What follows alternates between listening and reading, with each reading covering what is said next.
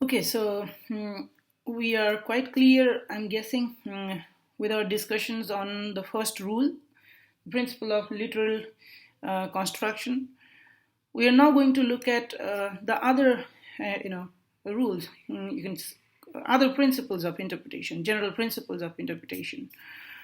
Mm, and we have quite a few. Okay, now the before we go ahead with discussing them, you may ask this question as to why, when the principle of literal interpretation, literal construction says that this is the rule that the judges should follow, okay, are to follow in interpreting statutes, in finding out the true intention of the legislature,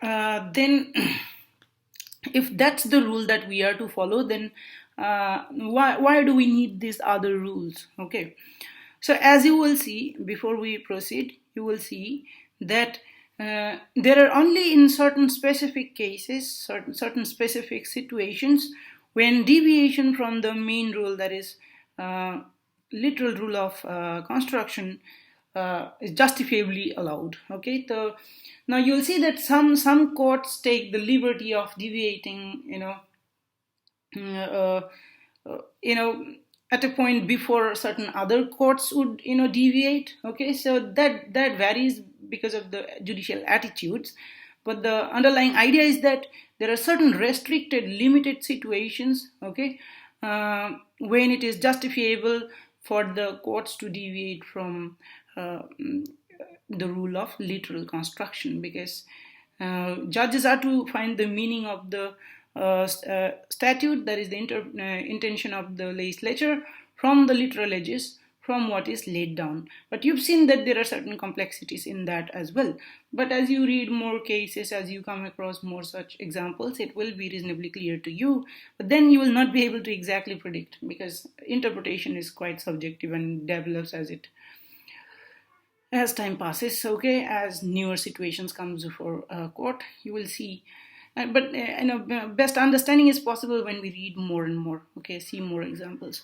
So today we are going to look at certain other main principles of interpretation of statute. Okay, so Maxwell says it goes without saying that the solution of a particular problem of interpretation will often be determined by which principle or principles the court chooses to apply. So obviously, if the judges choose different principles of interpretation, they will arrive at different conclusions. So, the rule of literal edges, for example, or literal interpretation says that judges are to adhere to the words of the legislation. Okay, so if that's what the judges are to stick to, then obviously they will come to what the literal meaning of that particular statute would be. But then, if they are to go for purposive construction, let's assume, then they will not just look at what the words convey, but they are to also look at the purpose with which the law was enacted, and then maybe the purpose will give us the context, and then the context will give a particular meaning to the words which are to be interpreted. So the purpose might end up giving us a different meaning than the plain meaning of the word. So Maxwell rightly says that yes, that whatever the solution a particular problem of interpretation provides, okay, will depend on which principles the court chooses to apply. So today we are going to look at certain other principles. Okay, now when I say that judges have many different rules, principles available for them, it is not, we are not to assume that judges are at their discretion completely to choose whichever they think is right. Okay, so they are constrained by certain other certain restrictions which are there within the rules, if you look at them, if you study them carefully. So today we are going to look at the mischief rule. Okay, now mischief rule, as the name suggests, okay, is a rule that addresses and concerns regarding certain mischief. Okay, it addresses certain concerns regarding certain mischief. Quite often legislations are brought, okay, legislations are created to address, okay, to suppress, to contain certain mischief. Okay, so the legislations are created with the purpose of addressing certain mischief. Okay, now if a literal interpretation of the statute is done, the purpose with which, that is the suppression, that is the containment of the mischief with which the law was enacted, does not happen. Okay, so in such situation, in order for the legislation to achieve its purpose of addressing that particular mischief, the court then applies this mischief rule in place of merely what do you call it, the literal rule of interpretation. However, does the court have complete discretion as to when to go ahead with the mischief rule? They don't. Only when it is allowed are they, only when the situation allows, the particular provision allows, will they have the liberty to then go for, have the choice to go for the mischief rule. Now, as I told you, mischief rule is a kind of purposive construction. Okay, mischief rule is a kind of purposive construction. Now, why am I calling it a purposive construction? So, what is a purposive construction? So, purposive construction is a construction when the judges do not merely look at the words of the legislation, but also look at the purpose with which the law was created. Okay, sometimes you find the purpose. I think you can find it maybe in the long title, maybe to the preamble, in the preamble to the statute. You might find it there, but sometimes you may also have to look at what's outside the statute itself. So you can find the purpose with the help of internal aids, and sometimes also with the help of certain external aids. Okay, we'll discuss what those are later on. But you know that it is possible for the judges to find out the purpose. Okay. Now, when the statute is interpreted in the light of the purpose, okay, with which the statute is created, the kind of interpretation, the kind of interpretation that is done is known as purposive interpretation or purposive construction. So, mischief rule is one of those purposive construction. Okay. Now, where did we get this rule from, and why do we call it mischief? So I explained that a little bit already. So there's a very famous case, okay, known as Hayden's case, okay, and this is the case in which Lord Coke had come up with this rule of interpretation. Okay, what's the name of the case again? What's the name I mentioned? Hayden's case. Hayden's case. Okay. So I will just type it here. Okay, Hayden's case. Okay, this is the case in which Lord Coke came up with this rule. The facts are not that important. Okay, it was reported by Lord Coke. Okay, and decided by the barons of Exchequer. Okay, in the year 1584. Okay. So there are certain, rules which are laid down. Okay, there are 4 stages of applying this. Okay, so it was said that for the sure and true interpretation of all statutes in general. Okay, so it says for the sure and true interpretation. So when it says, so remember this. Okay, the purpose here. Okay, even when there is a deviation from the literal rule, it is not that judges are creating this, new law for you. Sorry, right after lunch, class is a little difficult. So it says that even when judges deviate from the literal edges, they are not legislating. Okay, they are merely finding out the, remember, true intention of the legislature. If the literal edges, okay, is not conveying the true intention of the legislature, then only they are allowed to deviate from it and then look at the purpose. So here it says for the sure and true interpretation of all statutes, that is to find the true intention of the legislature. In general, okay, be they penal or beneficial, restrictive or enlarging of the common statute, four things are to be discerned and considered. So these are the four things which are necessary for us. Okay, so you can see that it's saying that when laws are codified, okay, based on common law. Okay, so these are the questions that will be asked. Okay, so what was the common law before the making of the act? Okay, so the first question you as a judge are to ask, okay, what was the common law before the making of the act? Okay, because it is only in the light of that law, okay, this act might have been created. Okay, there must have been some defect in the existing law, and hence this act has been created. So the first question that you ask is, what was the common law before the making of the act? Okay, look at, you find out what was the common law. Then the next one is, what was the mischief or defect? Okay, what was the mischief or defect for which the common law did not provide? Okay, so the common law was not sufficient. Okay, it was not enough.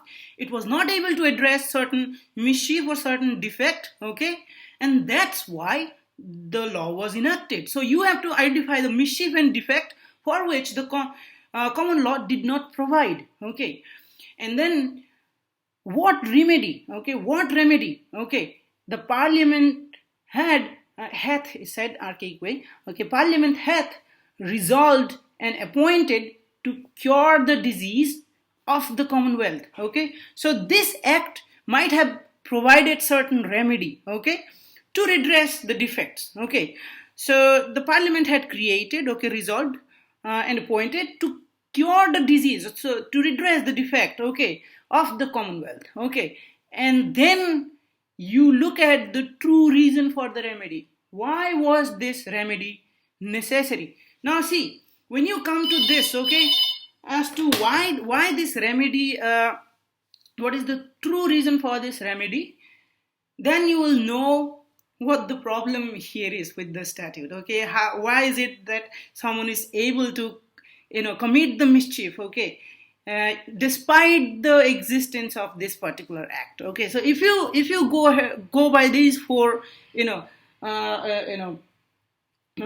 stages, okay, which of interpretation which have been discussed here, then you will be able to address the problem. Then it goes on to say, and then the office of all the judges, okay, and then the office of all the judges is always to make such construction as shall suppress the mischief and advance the remedy, and to suppress subtle inventions and evasions for continuance of mischief. Okay, so people are very creative. Okay, they look at the law, a particular provision of the law. This is what the literal meaning is. Well, if I behave in this way, if I modify my actions this way, then I can wriggle out of the grip of the law. So people are very good at all that. Okay, so this, but if they do, okay, then you judges are to apply this rule, okay, keeping in mind the mischief and the remedy that has been provided, so as to address the issue. Okay, so it further says, such construction as shall suppress the mischief and advance the remedy, and to suppress subtle inventions and evasions for continuance of the mischief, and pro privato commodo, and to add force and life to cure and remedy according to the true intent of the makers of the act, pro bono publico. So you see that the crux of this entire thing, okay, is to ultimately give effect to the true intent of the makers of the law, that is the legislators. Okay, now legislators legislate with certain intent. Okay, now the statute might not have best expressed the true intent of the legislature. So taking advantage of the defects of the legislation, someone might escape from the grip of the law. Okay, and thus the legislation fails to address the mischief or the defect with which for which this was created. So if that happens, then judges are to go ahead with this rule of interpretation and address and remedy, basically address that mischief, okay, and provide appropriate remedy in this situation. That's the gist of this particular rule. Okay, now here's in Indian context, okay, or in current context, okay, you do not have to strictly adhere to the first part of it, okay, that says what was the common law before the making of the act. So this rule does not apply only when there is codification of based on the existing common law. So it is possible that there was a law before, there was an enacted law before the current law. So if that's the case, you can then also look at what was the law before the current law was enacted, and then you go ahead with the same process, okay, the mischief defect for which the previous law did not provide, and what remedy the parliament had resolved and appointed to cure the disease for which the previous law didn't provide, okay, basically disease of the commonwealth, and then the true reason for the remedy. So this is what the mischief rule essentially is all about. So are you guys with me till now with the rule? Yes, sir. Yes, sir. Okay. Yes, sir. It's very simple. Certain examples will make it very clear for you. You will see what they're talking about. So they are saying that this deviation from the literal rule is justified only in certain limited situations and not otherwise, okay? And that limited situation is when, so for it is simply this, okay, when the words used in the legislation, okay, can reasonably be interpreted in two different senses, okay, one that remedies the mischief, the other that does not remedy the mischief. It is the one that remedies the mischief, that's the interpretation we are to go ahead with, okay. This is what Justice P.N. Bhagawati had specifically emphasized on, as we will look, okay. But let's first start with an English case, okay, by the name Smith versus Hughes, 1960. So here's the case, okay. So in this particular case, a certain provision of an act was to be interpreted, okay. So it's the section 1, subsection 1 of Street Offences Act 1959, okay, and it goes like this. It says, it shall be an offense for a person aged 18 or over, whether male or female, persistently to loiter or solicit in a street or public place for the purpose of prostitution. It says, basically prohibits anyone who's aged 18 or over to loiter around or solicit sex on the street, okay. So it prohibits prostitution on the street, okay, or public place.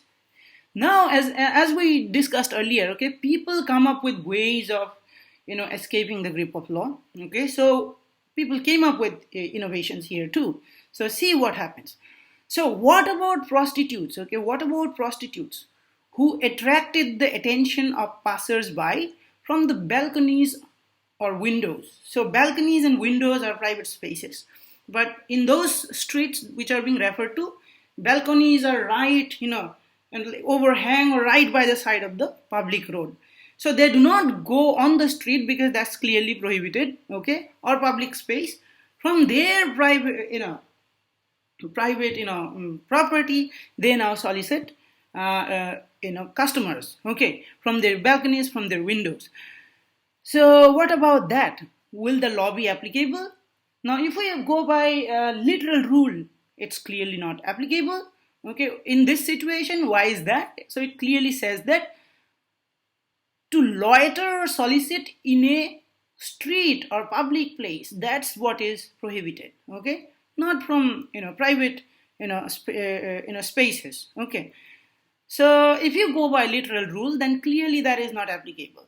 But in this particular case, the Street Offences Act was created in order to address this specific problem. Now people are using those subtle inventions and evasion tactics to escape from the grip of the law. So that mischief was to be addressed, okay, and proper remedy was to be provided, okay. So in this particular case, Lord Parker CJ had said, I approach the matter by considering what is the mischief aimed at by this act. Everybody knows that this was an act intended to clean up the streets, to enable people to walk along the streets without being molested or solicited by common prostitutes. So that's the purpose with which the law was enacted. So they went ahead with this purposive construction, that is the mischief rule, in order to, even in this situation, apply the said provision of the act.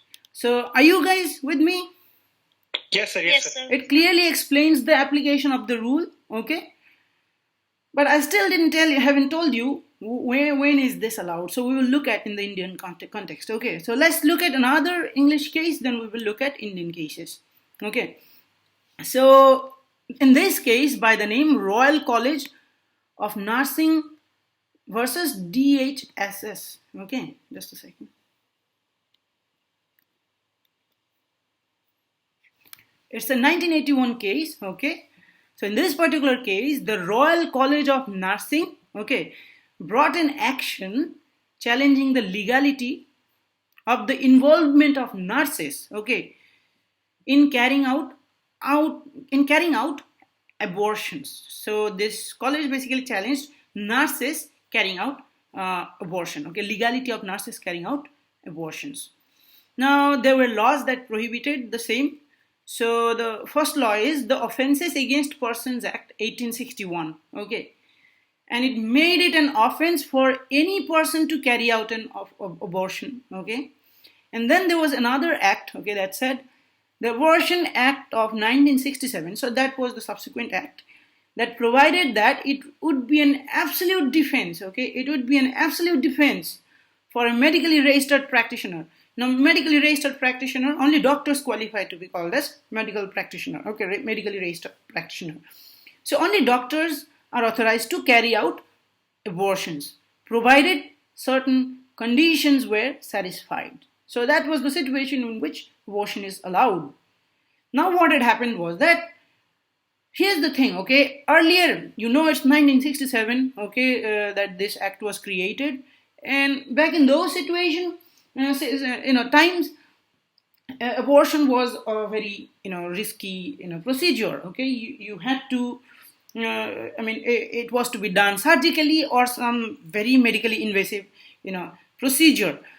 So that was the danger with respect to abortion. But subsequently, there were certain advances that happened in medical sciences, and that meant that surgical abortions were largely replaced with certain other hormonal abortions, okay, and it was common for those to be administered by nurses, okay.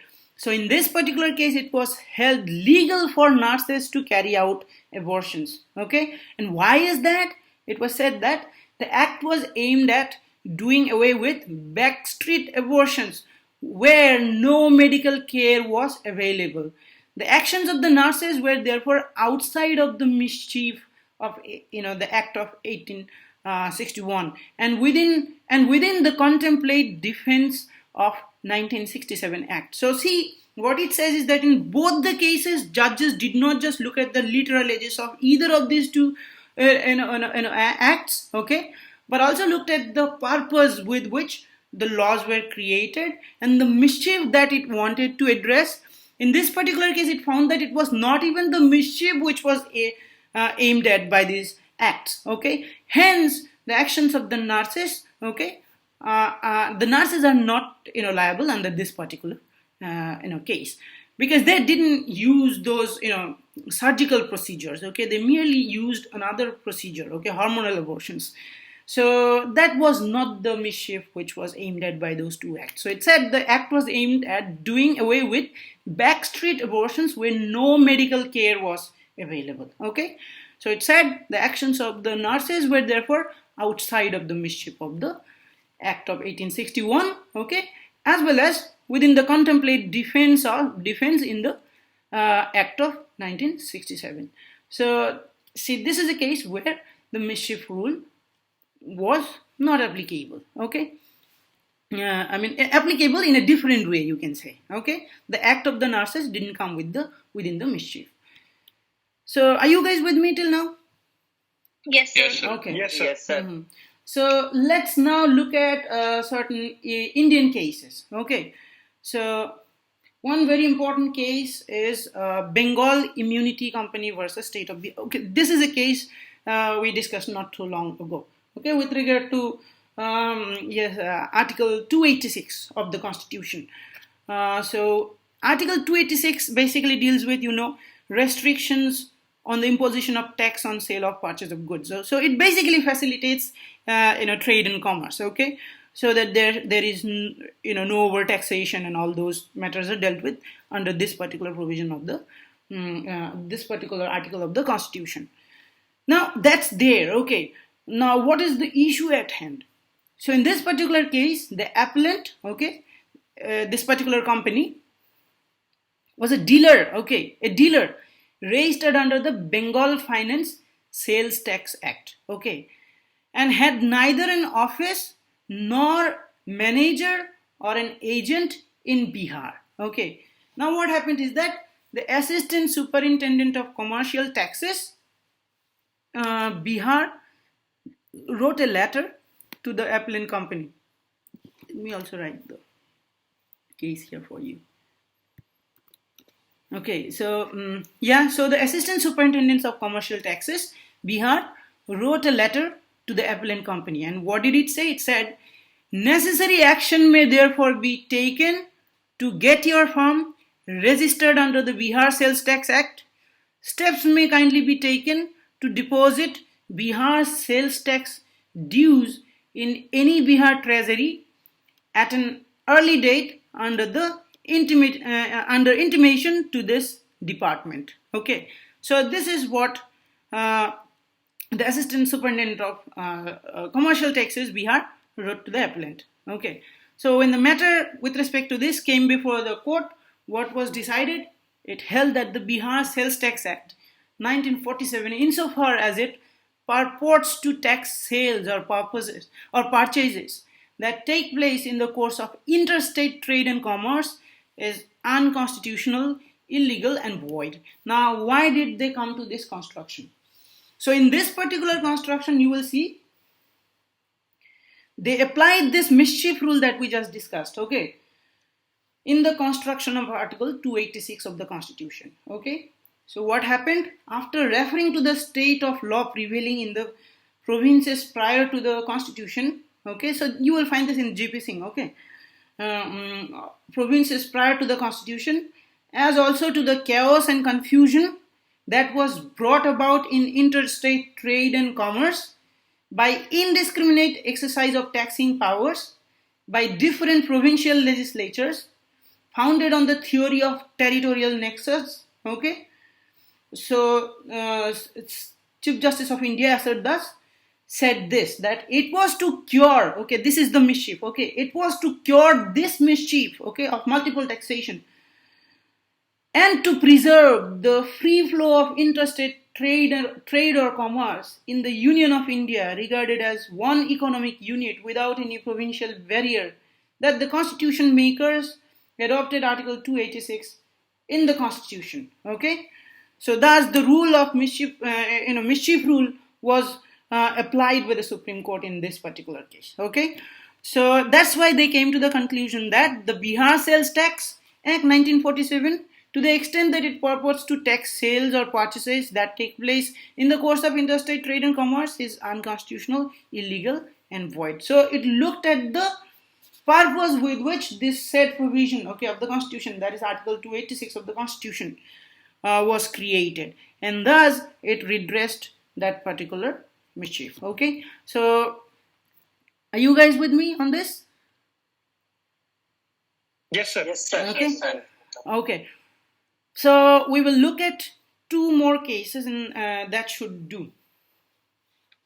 So the next important case is by the name CIT versus Sodra Devi. Okay, so this is a case in which we see when the rule is to be applied. Okay, so what had happened in this particular case? Okay, so in this particular case, we are to deal with the construction of Section 63 of Indian Income Tax Act 1922. Okay, subsection reads like this: in computing the total income of any individual, okay, for the purpose of assessment, there shall be included so much of the income of wife, okay, so much of the income of wife or minor child of such individual, this is the concern, okay, as arises indirectly or directly, okay.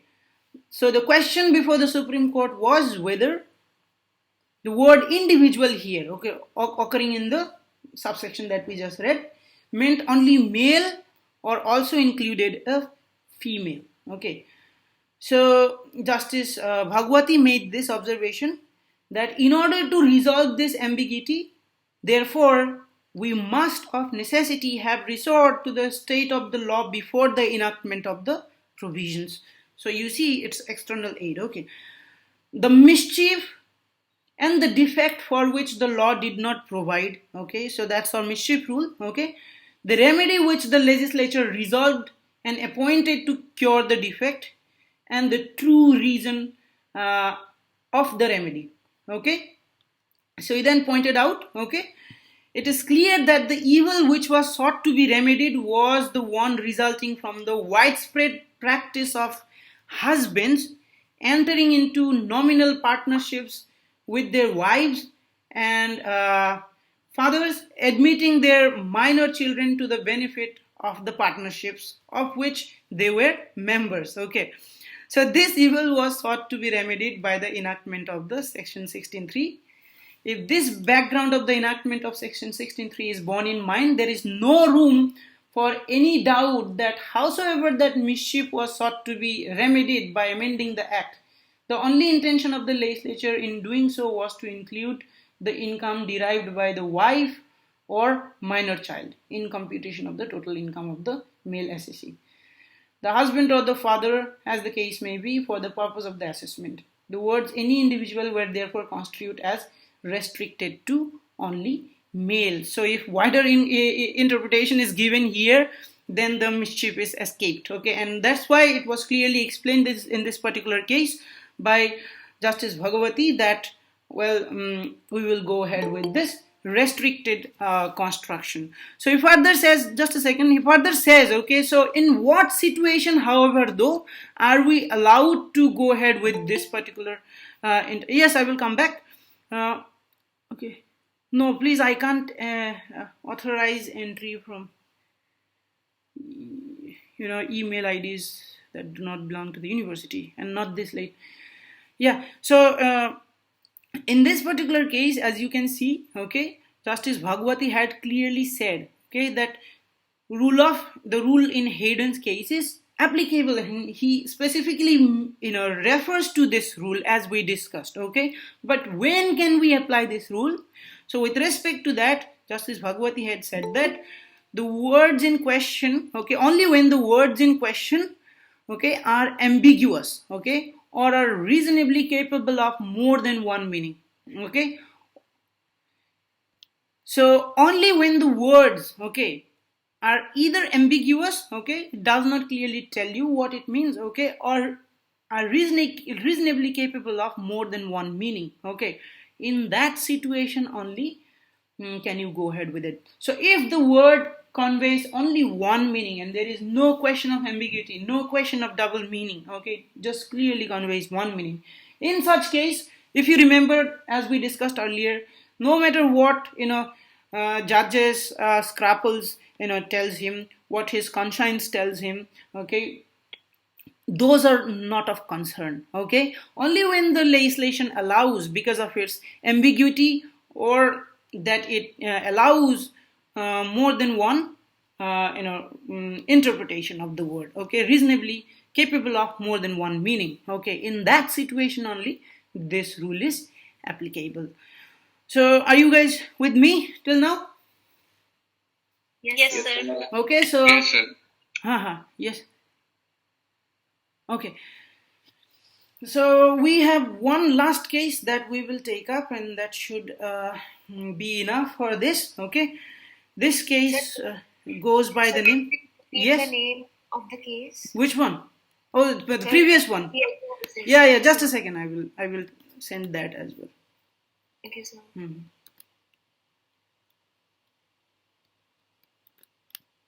The previous one. This is the previous one that I just typed. Okay. Now the last one that we are going to discuss is this one. Okay. So this case goes by the name Baliram Woman Hirai, okay, doctor versus Mr. Justice B. Lentin, okay, EIR 1988, as you can see, okay. So we are concerned with the construction of section 195.3 of the Code of Criminal Procedure 1973, which goes like this. In clause B of subsection 1, the term court means civil, revenue, or criminal court, and includes, this is the problem, okay, and includes a tribunal constituted by or under a central, provincial, or state act if declared by that act to be a court for the purposes of this section, okay. So the Supreme Court pointed out that this section was enacted, okay, to implement the recommendations of 41st report of the Law Commission. Now, Law Commission reports are external aid. We'll discuss this later on. Okay. So the court basically pointed out that this law was enacted, this section was enacted to implement the recommendations of 41st report of Law Commission. Okay. Which had referred to the unsatisfactory state of the law due to conflict of opinion between different high courts as to the meaning of the word court in section 195. Okay, so that's the issue which was addressed, okay, of the earlier code, and had recommended that tribunal might be regarded as a court only if declared by the act constituting it to be a court for the purposes of section 195. So that's what the clarification is. On this view, it was held that a commission of inquiry constituted under the Commissions of Inquiry Act 1952 was not a court for the purposes of section 195, as it was not declared to be so under the act. So that's the requirement, that the act has to declare it so, okay. So it was not declared so it will not be considered as a court. Okay, so are you guys with me on this? This is very simple, isn't it? It says that the act has to clearly say so. It was not said so in the act, so not applicable. Now, see, when we study this rule, now there are other rules that we are looking at as well. Okay, at the same time. So, with respect to external aids, when we talk about external aids, okay, there is a way in which there are ways of prioritizing. Okay, and how do we go ahead with it? So our first priority, okay, the most important thing is the literal edges, okay, the words of the legislation, okay, you stick to that. Judges have to stick to that. If that's not enough, then they look at the purpose with which it was created, okay. The purpose can be found from within the statute. So, for example, the preamble of the statute or the long title, okay, that's internal aid. Now, when even that is not of help, then you look at external aid, okay. So external aid will be anything which is not part of the statute, okay. So in all these cases, when you look beyond that, provision, okay, at the same time, to be kept in mind that the statute is to be read as a whole, okay, not bits and pieces. So keeping even that in mind, okay, we look at all these other helps, okay, only when, as Justice P.N. Bhagawati has pointed out, that words are not capable of clear and single meaning, only when it leads to ambiguity and it can reasonably be given two different meanings, okay, only in those situations you deviate from the literal interpretation and go ahead with the mischief rule of construction. So that's what mischief rule is all about.